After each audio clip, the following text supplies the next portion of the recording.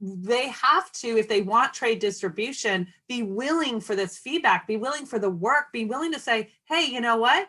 All of sales, all of marketing, all of editorial is looking at this, and the title and the cover really have to have this element in order for it to work in the market.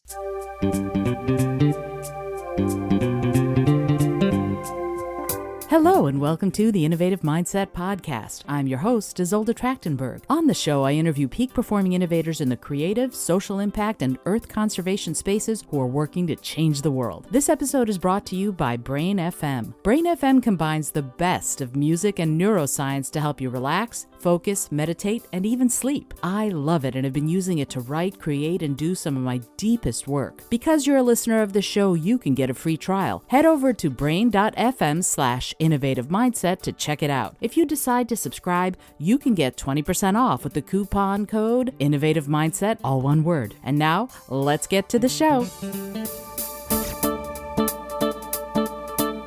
Hey there, and welcome to the Innovative Mindset Podcast. My name is Isolde Trachtenberg. I am super happy that you're here. I'm thrilled and honored and so happy to welcome this week's guest. She and I have just been chatting before we started recording, and I know this is going to be a super fun conversation. And you know what, Angela? I didn't ask you exactly how to say your last name, so I'm just going to try it. Angela Engel is an entrepreneur and book publisher expert with over 20 years of experience in the publishing industry. After working for 20 years in the publishing industry and with major publishing companies, including Chronicle Books, 10 Speed Press, Cameron & Company, Dwell Studio, and Moleskine, Angela is on a mission to disrupt the publishing industry by giving budding authors more agency and authority in the publishing process. And you know how close that is to my heart, with 6 books to my name and 3 more in the pipeline. As founder of the Collective Book Studio, she provides authors the support they need to get a book out into the world. She's the founder and CEO of the Collective Book Studio, and it's a partnership publisher working to pair authors' vision with quality book production in the areas of lifestyle, gift, and children's books. Angela, I am so glad that you are here. Welcome. Thank you. And you pronounced my name perfectly. Oh, yay. I was a little concerned, and I was like, I normally ask, and completely forgot, because I was so excited to be talking to you, and we were having such a great conversation that everything went out of my head. So first of all, wow that you're doing this. We were just talking about the fact that there are authors, so many authors like me, the DIY people who are self-publishing, who've been crying for what you are offering. You're building a name for yourself and the studio and the Collective Book Studio in publishing, and you're doing it in a way that's really, in many ways, disrupting the industry yet again. I would love if you would talk a little bit about what you are trying to do. What is the mission of the Collective Book Studio? That's a big question. I know. Mission. But I have, as you said, I have a career of over 20 years in the space. When I was a young thing right out of college, a comparative lit and creative writer, I loved books. I mean, who doesn't, right? Right. Especially in the journalism field, in the creative writing field, in the English major, all of our stuff. And our dream is to work in publishing. And I got my dream. I got really lucky. I was, 1 or 2 when I graduated, and I drove down to San Francisco and I applied for this job at Publishers Group West, which is now bought by Ingram. We all know who Ingram is. It's a huge mega wholesaler. And obviously self-publishing knows a lot about Ingram. Oh yeah. And I got my first job there.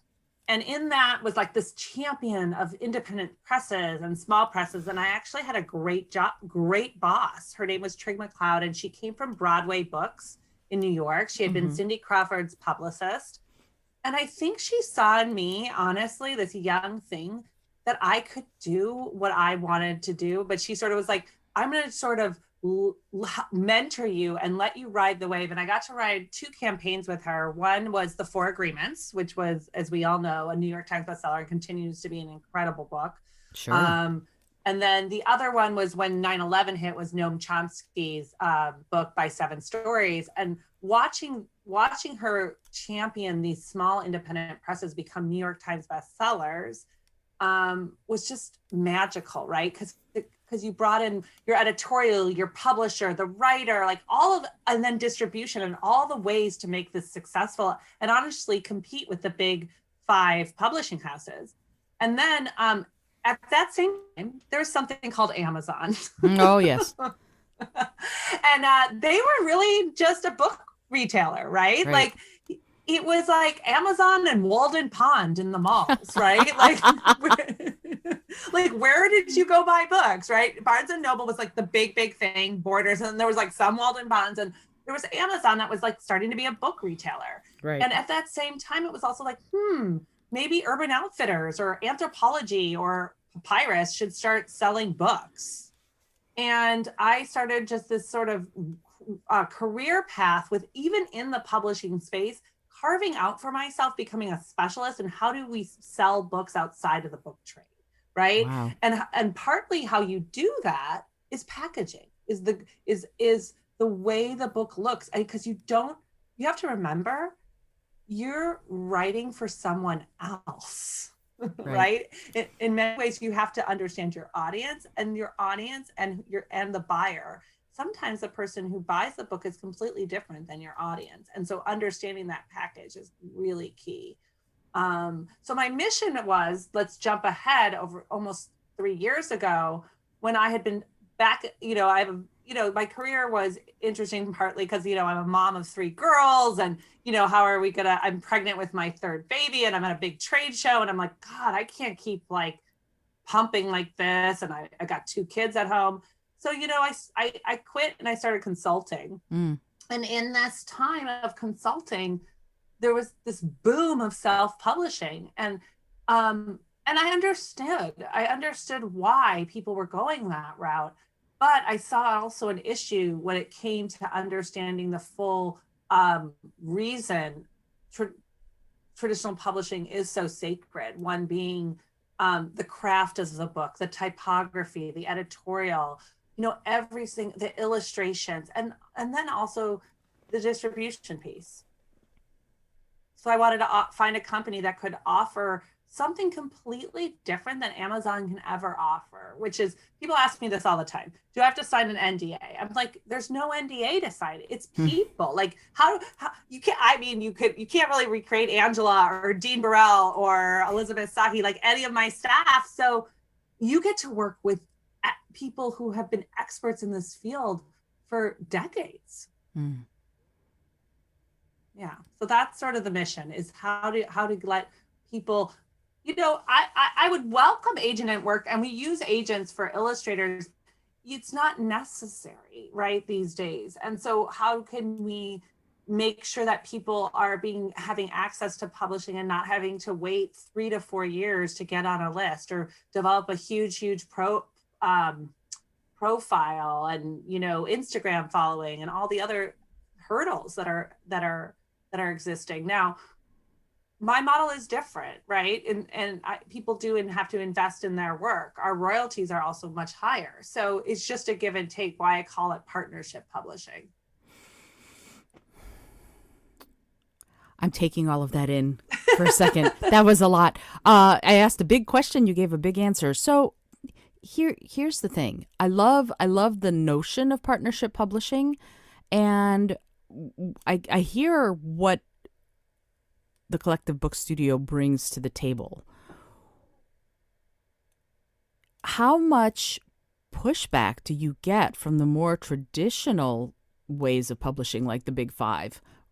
What kind of reception are you getting from the more traditional spaces? Oh, I have been just like cheered on. My colleagues are awesome. I mean, we just signed Fran Hauser, incredible woman. And she had a New York Times bestseller, Myth of the Nice Girl. It was just my big win this week was there was an article in Publishers Weekly in our trade magazine, in the print and digital, that the Collective Book Studio is trying a new approach. And we were the keynote breakfast speaker, Pamela and Rocco, for Kaliba, which is an institution, right? It's the California Alliance of Booksellers. We were the keynote at their breakfast, her and Deepika Chopra. And why? Is because I'm saying to the world, hey, I'm just saying, let's figure out how Amazon cannot control the distribution piece. Because when you're self-publishing, you're really kind of also, although you own your IP and you have all this control, you're actually giving many of it over to Amazon, right? Sure. If you think about it, because there's definitely ways bookstores can sell you when you go through Ingram and Ingram Spark.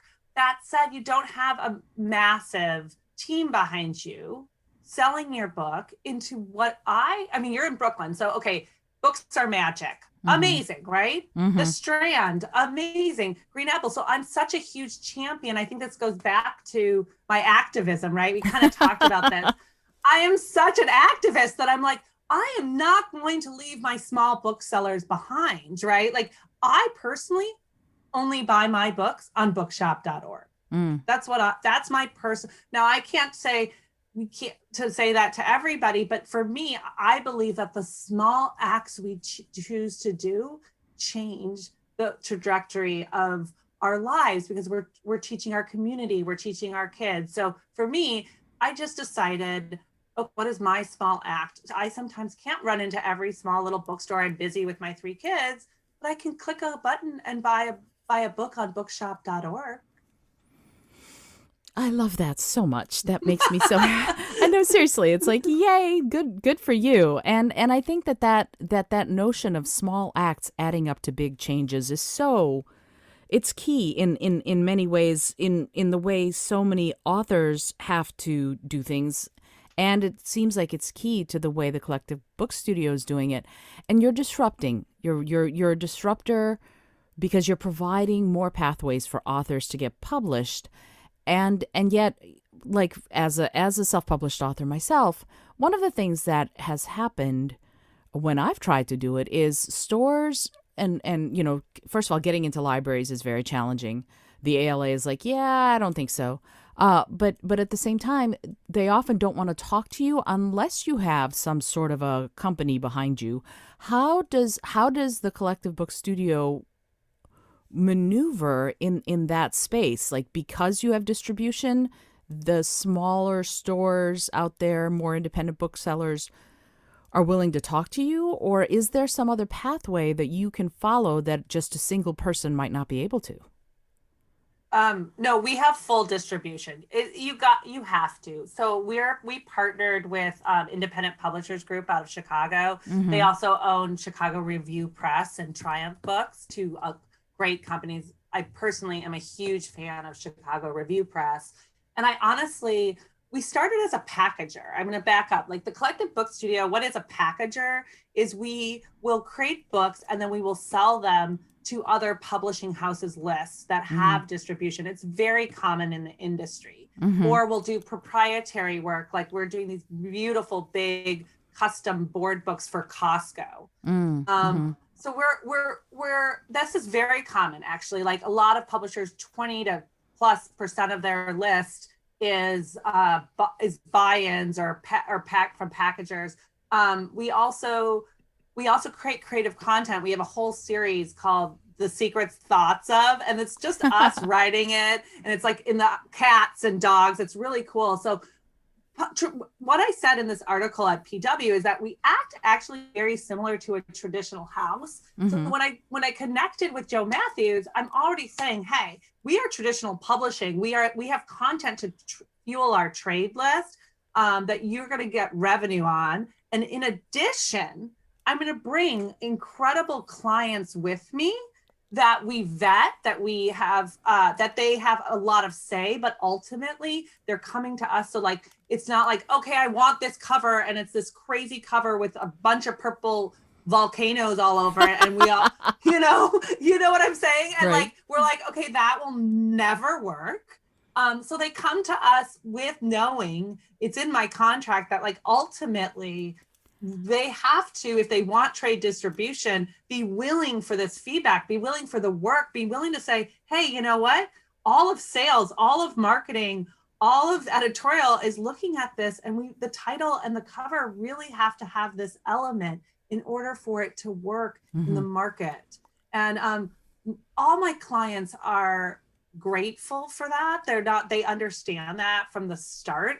That's why I also say our clients choose us as much as we choose them, because again, in a partnership, I think we talked about this before the podcast, you're kind of all about creative collaboration, Sure. which I really love that you said that, because that is sort of my mission, is that in a partnership publishing house, we have to agree and go together towards that end product. And I think that there are some people who have been frustrated in the traditional space because they feel like, oh my God, I didn't even have any say. And then there's people in the self-publishing space, like you say, you can't get into libraries, where if you come through us, like I'm doing a TLA, a Texas Library Association, like big, huge giveaway box, because I can because I have major distribution. And they have booth space at those shows, don't forget. Right. They have and I pay into that. So my company is listed in trade shows too. So librarians know that they can easily buy us, and that we're a publishing house, a company. And it's interesting because what I kept thinking to myself as I was listening to you talk was, you're vetted. Like, they know that you will give them quality books to put in their libraries, or to, when you distribute them, or all of that. That's something that a lot of sort of self-published authors don't have. They don't have that space of, someone already knows me, unless you're, I don't know, Scott Siegler or something, before he signed with whoever it is he signed with. When he was putting his stuff out, people knew that his books were good and that they wanted them. Whereas for most authors, it doesn't seem like it's like that. So as I keep coming back to this word disruptor, and you are changing the industry because of this partnership model, I was wondering if you could talk a little bit about what that actually means to you. What does being a disruptor mean? And what are you disrupting exactly? Yeah.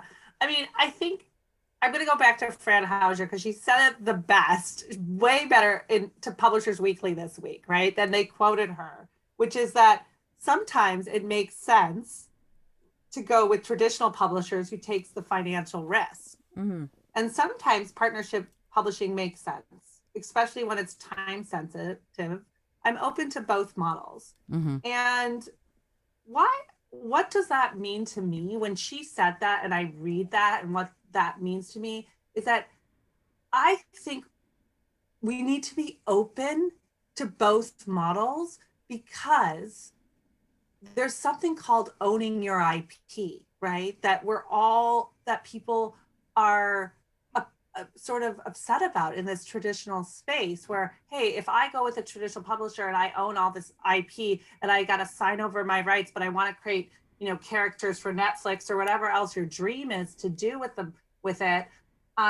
My model is disrupting the space, because basically I'm licensing in some way for only a certain amount of years their IP.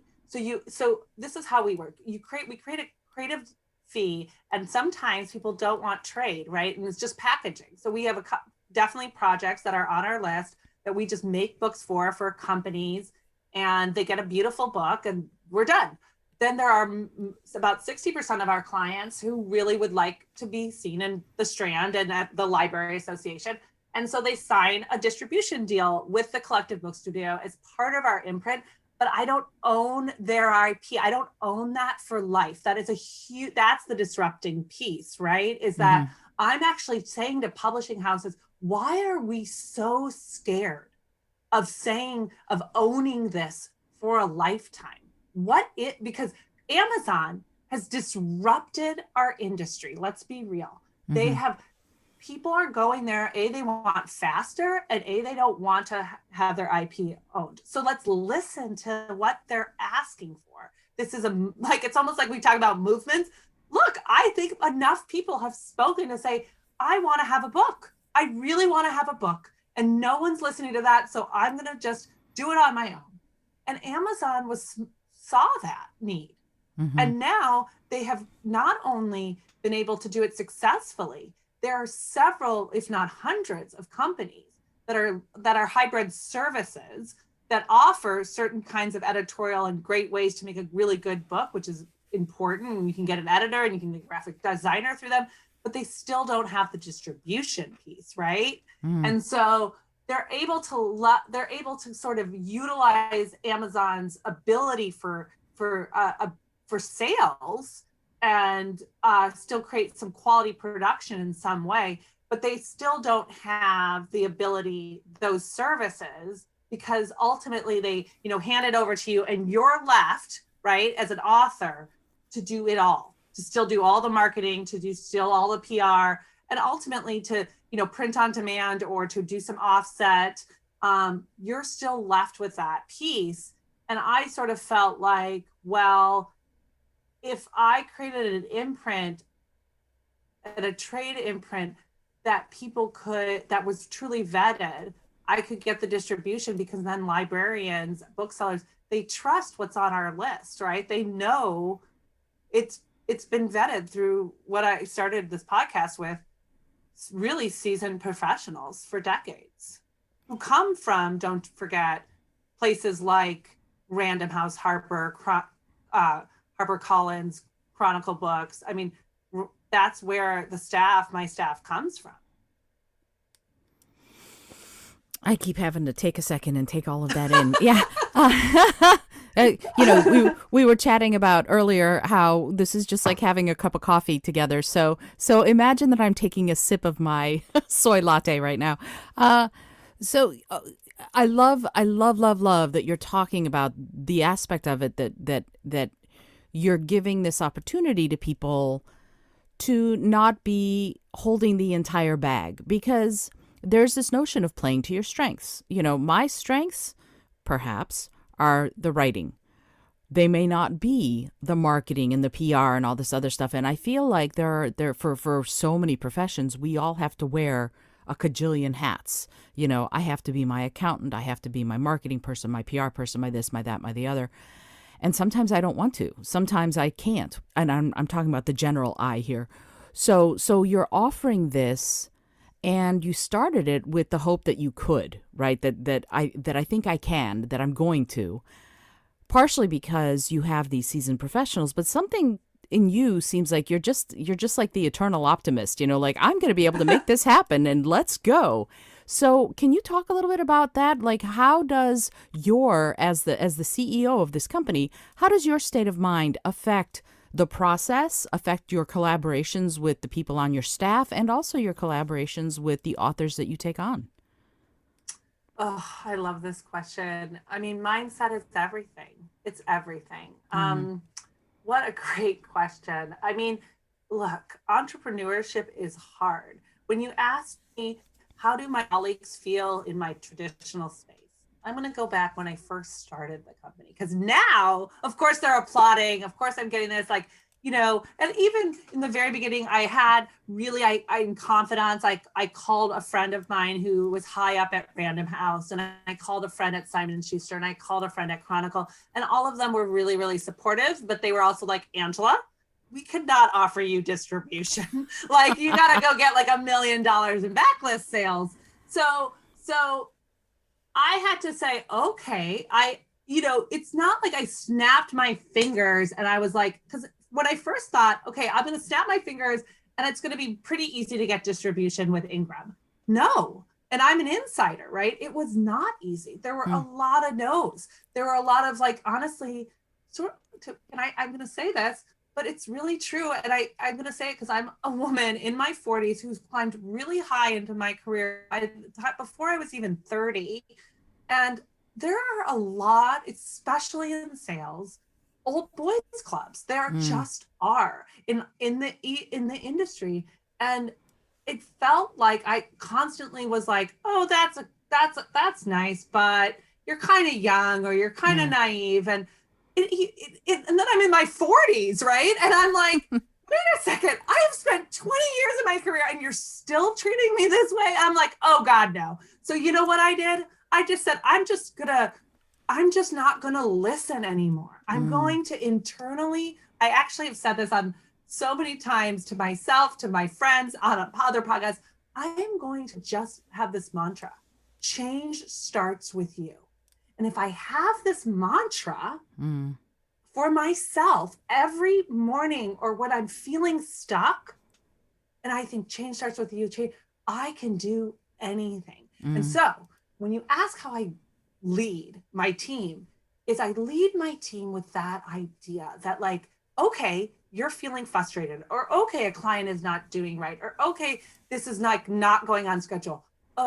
What can we change? What is it about you? What is it that we need to do? What is it that I need to do to move this forward on this project? And I think my team and my clients would say, the one thing is, even when I'm stuck, I use that as an optimism piece, because I know that in my own 20 plus years, there has been people who have not believed in me. And I just have to let that go. You know, like you just, and when you do, you surround yourself.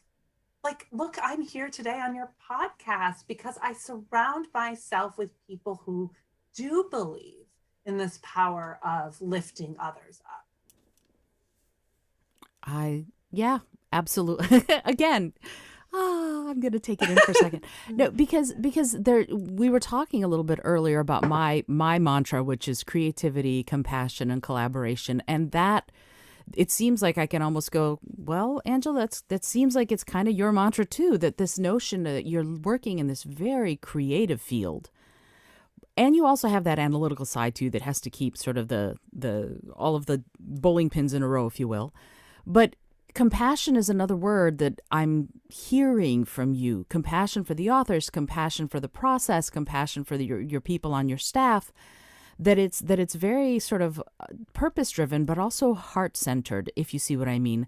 And I'm just wondering a little bit about what that means to you, what leading from that space means to you, both if you don't mind sharing, both in the business world and also in your personal life, because in many ways as the CEO you sort of have to figure all of that out. How are you going to divide the 3 girls that you have, that you're a mom to, your relationships, all of that, and how do you align that with the business that you're responsible for running?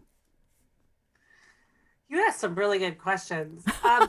While you were talking, I'm thinking of this woman. Her name is Susan Reich, and she was president of like Avalon, which was this really cool publishing house. They had like tons of imprints, one being Seal Press, which was this great imprint. She ended up becoming president of, I believe, Publishers Group West, which is part of Ingram.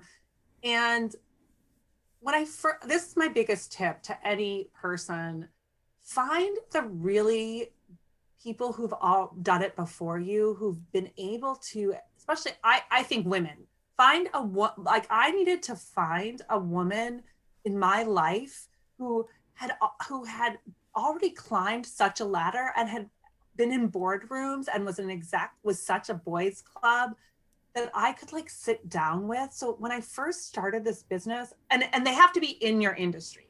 So she was in my industry. She like understood my industry. And I asked her to coffee. I hadn't talked to her for years. And she took my coffee, right? And I was like, it's so excited. Like I'm 40 plus, and I felt like I was 22 again, right? And she met me for coffee 3 years ago. And she said to me, I love your idea. I think this is going to work. And it was like that moment for me. And I actually re-emailed Susan, like about once I got once I got Fran Hauser, and I told her, and we're going to we haven't seen each other with the vaccines all now rolling out. Like once everyone's fully vaccinated, we'll make a time to go get coffee again. But why I said this is you're asking me, like, remind me what my question is. I got on a little tangent, but I know that I'm stringing it together. No, do you want me to remind you? Yes. Okay, so basically, it's how do you align the compassionate, heart-centered, purpose-driven part of who you are with business and also your personal world, and how you figure all of that out. Okay, so this is my connection here. So Susan, going out for that coffee, right? It's in some way taking her time. I'm not paying her, whatever. she's showing compassion. She's like, I remember this young 22-year-old sitting at the Xerox machine, working hard for me, right? Making sure my company succeeded, like really caring about my books. And she now took that moment and had compassion when I said, I really need some advice, right? And Mm. so I think that those things, I lead with those things because I recognize that those things about the human spirit, the human life, like what when we show compassion to another human, right? When Susan shows compassion to me, I then it's almost like I'm a candle and it gets lit, Mm. my fuel, and then I have time to just give it to somebody else. The issue is when we need to keep passing that on to people. It's almost Mm-hmm. like, how I do it is I have my little group of people, and when I'm feeling a little like, ooh, my flame's out, it's not as high as I need it to be, I go to the people that I know I need to refuel me so that I can refuel both my staff, my clients, my business. And then in return, that does creep into my home life, right? Like I am not so good at R&R, to be honest, and Mm. either is my husband. He's a small business owner himself. He actually is a controller, accountant for restaurants. So it's intense, I bet, for my girls to have two small business owners in the time of Mm. COVID. But my girls are like, they're the biggest champions of me. Like my girls, for example, when my oldest, who now is about to turn 13, she knows her mom from 14 weeks old. I mean, she doesn't remember, but she remembers if when, as she got older, that I was always traveling. I was on the road every other month. Mm. Every other, no, twice a month, every other week. Wow. And I was pumping. I mean, of course I was selling to Costco. I was selling to Target. I was selling to Bye Bye Baby. I was selling to Babies R Us at Toys R Us when that account existed. And so mom wasn't there in that same physical way. So when I was quit with my kind of corporate lifestyle, she was already like 8 or 9 years old, right? And Mm. I'm having a baby. My youngest and my oldest are 8 years apart. And there was a moment I had a meltdown. This is about compassion. And I just lost it. We were in the car and I had a crying baby and I have a 9-year-old and I have a toddler. And they want stuff. They wanted to stop at the Gap or something annoying. And I said, I turn around and the baby's crying. I probably have to nurse and my boobs are probably huge. And I didn't have, for the first time in my life, I didn't have this like big job to like, or a nanny to pick them up or something. And I Mm. said, I turn around and I'm like, your dad makes all the money. Why don't you go ask him to take you? And my oldest looks at me and she's like 9 years old. And she's like, Mom, you can make money too. Oh. Yeah. And that moment, that compassion, that realization that like, oh my God, I've beaten myself up. I've had mom guilt that I haven't, wasn't able to go to her kindergarten, this or that. My daughter actually sees me so differently that's what motivated me to found the Collective Book Studio. That's what motivates me every day. That kind of fuel that she was like, Mom, you're a badass. Oh, that's amazing. I Yeah. love that. And it's so telling that sometimes we just can't see ourselves as well as the people who love us can see us. There's a real powerful lesson Yes. right there. Wow. Incredible. Incredible. Thank you for sharing that. That's amazing that you were aware enough to take the lesson from that. There are people out there probably would have gone, yeah, whatever, but you actually stopped and you actually took it in, and that's amazing. Good for you. Wow.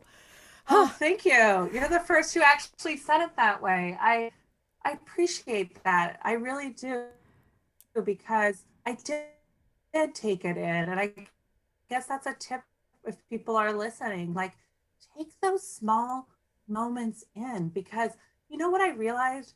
My anger or what I said to my children, that's not okay. Like, that wasn't about my husband. Like, a partnership, just like in my business, but in my marriage and in my relationship, which we've been together 15 years, almost 16, it is a give and take, right? Mm. Like there are moments that we're gotta share in the work. And that's really what my daughter, who I'm she I gotta tell you, these 13-year-olds, she's gonna be in eighth grade next year, they're about when they talk, I don't know. I just want to say, like, the way that they're intelligent about gender is just incredible. And I think in that moment, my daughter was really able to say, "Whoa, mom, check yourself." And she was only like 9 years old. And she said it in the way a 9-year-old would, right? She right to the point. Yes. I love that. I'm so glad that you're raising such aware kids. Good for you. Uh, no, because honestly, I spent 20 years working. I worked at NASA for over 20 years, and I was teaching. I was traveling and teaching kids how to save the planet. That was my job. It was awesome, and you see 7-year-olds teaching college professors because the college professors think they know everything, but the 7-year-old is the one who actually does. It's really quite it's quite something. They were able to do it. They were able to teach them these valuable lessons. And that brings me to a question that I would love to chat with you about. This notion of teaching others, of showing compassion, and also just being giving back, I guess. What is your thought on that? Because I know that your business and you personally, you're a philanthropist, right? So what role does giving back, does philanthropy play in your business model and also for you as the CEO of that business? Yeah. Well, I think that if we wait around always to say, okay, who else is going to do this, or I don't like it this way, or we have that kind of mindset, nothing will change, right? Mm-hmm. It's like, so I in the start of the pandemic, about now a little over a year ago, one of my closest friends was an ER ICU doc here in Oakland, and we all know there wasn't enough PP there was not enough medical face shields for our frontline workers. And instead of me sort of thinking about, well, gosh, what am I going to do? What can I do? I'm a publisher house. I thought, you know what?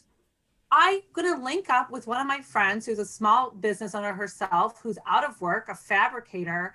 And because we're a business, we're going to be able to wire money over to DuPont and make medical face shields. And people would be like, what is a publishing house? Why is she doing this? Right. Mm. So my why is that my best friend was working nonstop in the ICU ER.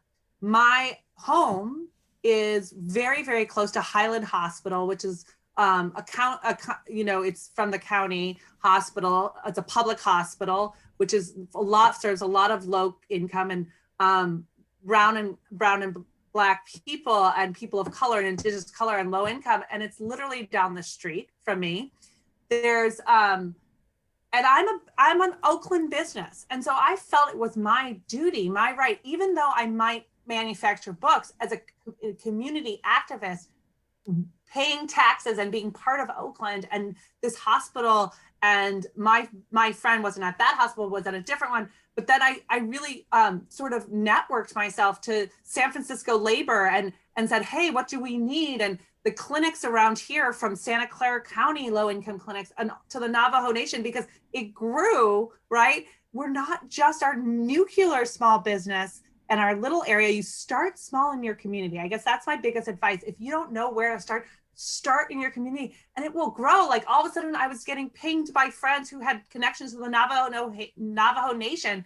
And if you allow yourself to say, okay, I'm going to give myself this little time to be an activist in this particular space, and you open yourself up and like we're saying, we collaborate with other people you can network with. I ended up giving money over to a nonprofit to really maintain all of it because I have to go back to my real business, right? But my work is not over in that moment. that's one side. So what's my next project? Like I'm working now on a book where we did a big I Fund Women campaign, and our goal is to distribute and sell thousands and thousands and thousands of copies of this little tiny book, which is called Eat Cake for Breakfast, which who doesn't want to eat cake for breakfast? And it's written by this incredible entrepreneur and philanthropist, Viola Suntanto, and she wants to be able to give back to UCSF Oakland Children's Hospital. And we connected during the pandemic. We went on a walk, and her daughter had a rare bone condition, and she needed to get treatment at UCSF, and she wanted to be able to give back to this hospital. And so I said, well, I'm already manufacturing books. I already have staff. I already have people and the mass distribution. If you want to run an I Fund Women campaign so that we have money to manufacture this book, I'm happy to provide, my marketing team or PR team and operational team to get this book into the world. And that's what I also would say. If you are a small business and you want to give back, sometimes you are able to just because you have a certain capability in manufacturing. If you think about all the places where they made masks to donate or other things, I just think it's finding those things. I also know that giving back, it can be so easy. What did I say? I just buy my books now from bookshop.org. They've raised over $12 million to independent bookstores across the nation. Like that's also activism. If you just think about what your business or who you are can do and give back. I mean, for me, when Black Lives Matter really was at the forefront of everybody, it was my duty for my kids to go out there into the streets, to make signs, to see it, but it was also not enough. Like we ended up sending face shields to Minneapolis to service, for example, Children's Minnesota Hospital to help people during the riots. Like, I just think, what is my take back? Like, I think that if my company, there's only there's money, but you can never, ever buy time, and you can never buy humans. And like, I guess that's part of my philosophy in life. Like you could have all the money in the world, but that does not give you back your people and your time. And that's what I want to see when I'm old and gray and maybe sitting on a beach, is like what I've been able to reflect, who I've touched. I mean, that means the world to me. That's my personal thing. So my company, I mean, I do books, I do stories. Like I'm grateful every day what I do, because I do think words change lives. They create movements. For sure they do. And I'm, on behalf of authors everywhere, I'm so grateful that you are doing what you're doing. It's amazing. So I got really passionate there. I know. I love it. I love it. Okay. I love it. What did I just talk about? No, this is great. I think it's so important. No, because we are not just what we do for a living, right? Yes, and if you can, to me, the most successful person is the person who does what they love. And then there's a wonderful quote by in the book Gibbon's Decline and Fall by Sherry Tepper. And it's my favorite quote. Like, it's what I live by, and it's a little bit of dialogue, but I have to tell it to you in case you've never read the book. It's about a woman who has since died, but she started a movement, and somebody's talking about what she used to say, and this is the quote: "Find your sun-warmed stone," she used to say to us. "Go there, build your house there, and then lift others up." I love that quote so much, because that notion of, you can do it. You can start your business. You can write your book. You can. And once you've gotten to that point, help someone else, and it sounds to me like that's exactly what you're doing, Yes. So, oh my God. I'm doing a party dance over here in my chair. Like, I love that quote. Yes. That's it. Once you've done it, pull others up. That's what we can do. We can help those coming after us. And so having said that, brass tacks here, Angela. If somebody says, I've got a book in me, or I've written a book or whatever, and they want to find you, what are the steps to getting involved with Collective Book Studios? What would you say someone should do when they want to do that, when they want to reach out, when they want to follow you, when they want to say, hey, could we work together?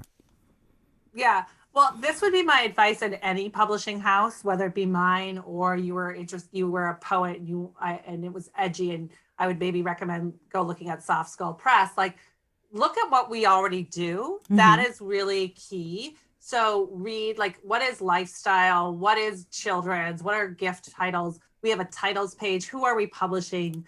Follow our authors and follow us. I think that will give you a good sense. Like, do you think you're going to be a right fit for our list? I'm very into education. I'm very into parenting and to career development. I have a beautiful book coming out on labor and delivery. Of course, I am a mom of 3. But how we even package this labor book is very gifty. Like, my goal is bye bye baby here. Like, looking into really. So kind of look at our books and think about, are we the right fit? If you're writing a novel, like, that's not what we do, right? Mm-hmm. So it's necessarily not, I'm not going to be able to really help you there. But if a memoir we also don't do. Now, I'm always willing to slide into my DMs, right, which is at the Collective Book Studio, and I'm happy to give ideas on a place for a memoir or for a novel if I can, because I'm have been in the world for so long. So I have 20 years, and I might know a small independent press that you're not thinking about. And I think that, so for us, I love food and wine. I love diet and health. I love anything travel, full visual, children's. Think about how that book is going to be structured. And if it's not full visual, then it should really be in the self-help, career motivating, parenting space. But the business, it's not hardcore business. Does that make sense? That's not really my genre either. Mm-hmm, it really is. We're really a trade house. We're really trade publishing. We're not going to have a big academic reach. And some people may prefer to go to an academic press, for example, like UC Berkeley or something like that. So mm-hmm. I think it's really about knowing what your why is and what your purpose is and what you're trying to achieve with your own book, and then approach us. And I'm always, willing to take a look. There's no cost for an author for us to look at it. It's a submission process. Right. Absolutely. And I thank you for that. A lot of people don't know that very specific and very good advice that you just gave. Look at the imprint, see what they're already doing, and see if you would be a fit there before you even pitch them, which I think is so important. And I have just a couple more questions, because honestly, Angela, I could keep you here for the next 6 hours and we could just keep chatting and order more coffee. Well, I do want to know more about your NASA days. I'm like, wow, that's a story. Come on, aren't you going to write a children's book with me? And we do need more women in STEM for sure. Oh. Well, and that's that's what I did. It was earth science, and my job was to go in and make dirt fun. That was what I did. Oh, girl, oh my God. Well, we could talk for 6 hours, but really, obviously we need more women in STEM. So I applaud you there. And I know I'm going on I'm not a total tangent. You did bring it up, and I'm very curious about it, actually. Well, we'll have to have a virtual cup of coffee sometime. No, the thing about NASA, and one of the things that what you do and what I do, where it intersects in some ways, is because I would go into places either teaching kids or teaching scientists how to speak to kids. A lot of it is they speak very eloquently, but they speak at very high levels. And 8-year-olds are going, you said what? Or they check out. And so my job was to help scientists learn how to speak to 8-year-olds in a way that the 8-year-olds would find fun. And so then I took that and I wrote a book all about it called Speak From Within. So see, now I've put it all back into the publishing realm about how we can communicate in a way that will be really, really effective, particularly if we don't know how or if we're nervous about it. So when we're talking about that stuff, when we're talking about NASA, or when we're talking about, writing for kids, what I'm talking about ultimately is communication. And so for you, with what you're trying to do, with what you're already doing successfully, it seems like, what are your goals 20, 30 years from now? What do you want to see in the publishing industry from Collective Book Studio and also perhaps the industry itself? 20, 30 years. Okay, so I'll be, what is that? Over 70 in 30 Yeah. years? When you're on the beach and you're going, Okay. I have done all of this really cool stuff. What are you thinking? Yeah. Well, I want a New York Times bestseller. Nice. I want to see a time where independent publishing, women-owned presses are back on those bestseller lists. Like it's 89.9% big houses at this point. And the big houses just are getting huge, bigger. I mean, they're just all buying each other up. They're buying imprints. And I guess I believe in the power of like community and words. I think I need some of the more famous writers that might not need the huge advances and want to try something completely different. Like I'd almost like need them in partnership with me. But I think that's possible. I think that people can work with us in a way where you can get still a traditional deal and there's still some books that will make sense for your traditional house. I think I want to disrupt that industry idea that like, you have to stay all the time in traditional house. And if you don't, you're going to get like blacklisted, right? Like what? Or like I self-published and I can't now get a publishing deal. What? Like that doesn't make sense, people. Like let it go, because in the end, let it go, because the media, like if you have something to say and you're a nonfiction author, like you have something to say and you deserve to say it. Like, I don't think in 30 years someone's going to go, oh God, I had a self-published book and God, I could never get a tradition. Like, no, like stop all of that kind of competitive attitude. And instead, let's figure out how we're going to still maintain, right? This is really key. For me, the reason I am still very picky about the submissions is I have concerns with self-publishing for sure. There's things like blinders people have where you may put something that it could be offensive, racist, those types of things. And without a traditional guard really looking at, same with media, right? Like without traditional media really looking at it, there's room for hate speech. We saw that on Twitter all over, right? Sure. We saw that across the board and what that kind of insinuates in our culture and in our communities. So if traditional publishing, we need to change, we still need to be guarded for things like that. And that's why I think if I look 30 years ago, I'm on the beach, maybe with you, Isolde, and we are like having a great champagne. And we're still saying to the country, like, you can't have hate speech. You can't have depictions of people in a certain light, right? Like that's what the Dr. Seuss Enterprises did and shelved 6 books and Random House agreed with them. And like, there still needs to be that guard, but why also does that guard have to control all of distribution? I have no idea why, and all of people's IP. And so maybe I'm hoping, whether that be Simon Schuster, all my colleagues were like all laughing because we've kind of decided like, we're going to change that mindset, that access, that snobbery that sometimes does exist in my industry. And I think the reason I'm talking to you today, or the reason sometimes I'm on Clubhouse, is that I want people to understand that there's people internally inside my industry that are not so snobby, that don't want to say, oh, only the elite have access to publishing. That's not okay. Once again, I love that you said that. Well, it's true, right? Like, you don't have to be a celebrity to get, like, why are celebrities getting a cookbook and someone who's been a chef and got a culinary studio and is a writer for, even like top columnists in journals are not getting published? Like, that's not okay. Well, and that's the thing, is that you, with your company, are offering the opportunity for people to do that.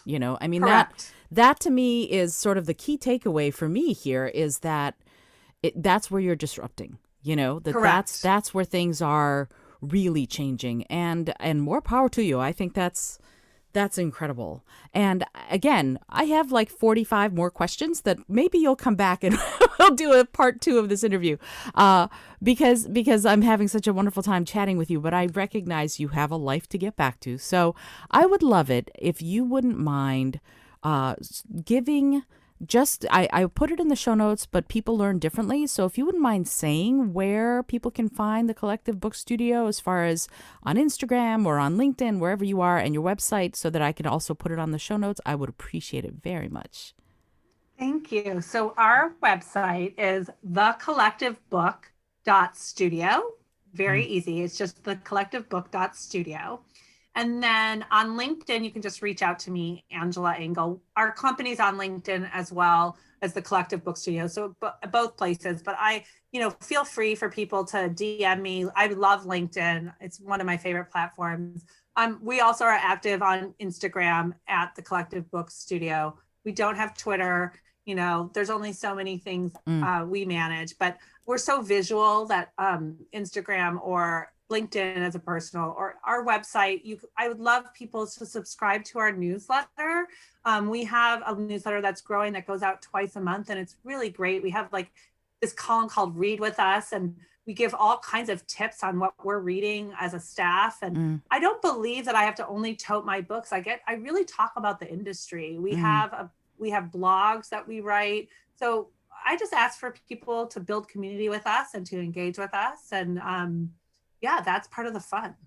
Absolutely. And I can say, as a subscriber to the newsletter, that it is a lot of fun, and I've gotten some great reading recommendations out of it. So thank you for that. Good. Thank you. So again, Angela, I'm super grateful to you for being here. Really, what a joy to talk with you. I have just one last question, and I ask it of everyone who comes on the show. And it's a silly question, but I find that the question often yields some pretty poignant answers. And the question is this: if you had an airplane that could skywrite anything for the whole world to see, what would you say?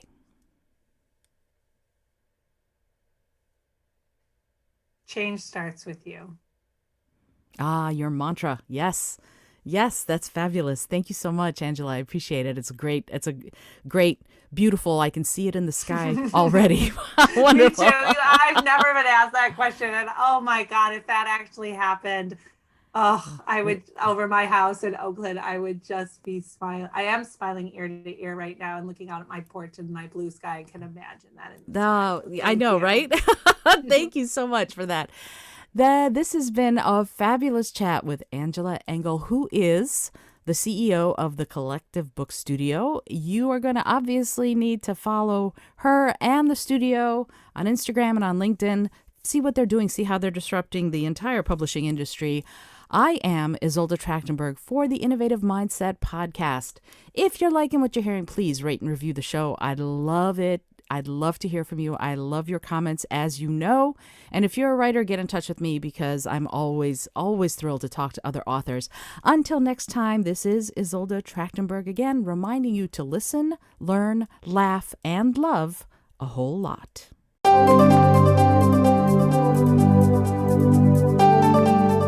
Thanks so much for joining me today. I really appreciate you being here. Please subscribe to the podcast if you're new. And if you like what you're hearing, please review it and rate it and let other people know. And if you'd like to be a sponsor of the show, I'd love to meet you on patreon.com/innovative mindset. I also have lots of exclusive goodies to share just with the show's supporters there. Today's episode was produced by Isolde Trachtenberg and is copyright 2021. As always, please remember this is for educational and entertainment purposes only. Past performance does not guarantee future results, although we can always hope. Until next time, keep living in your innovative mindset.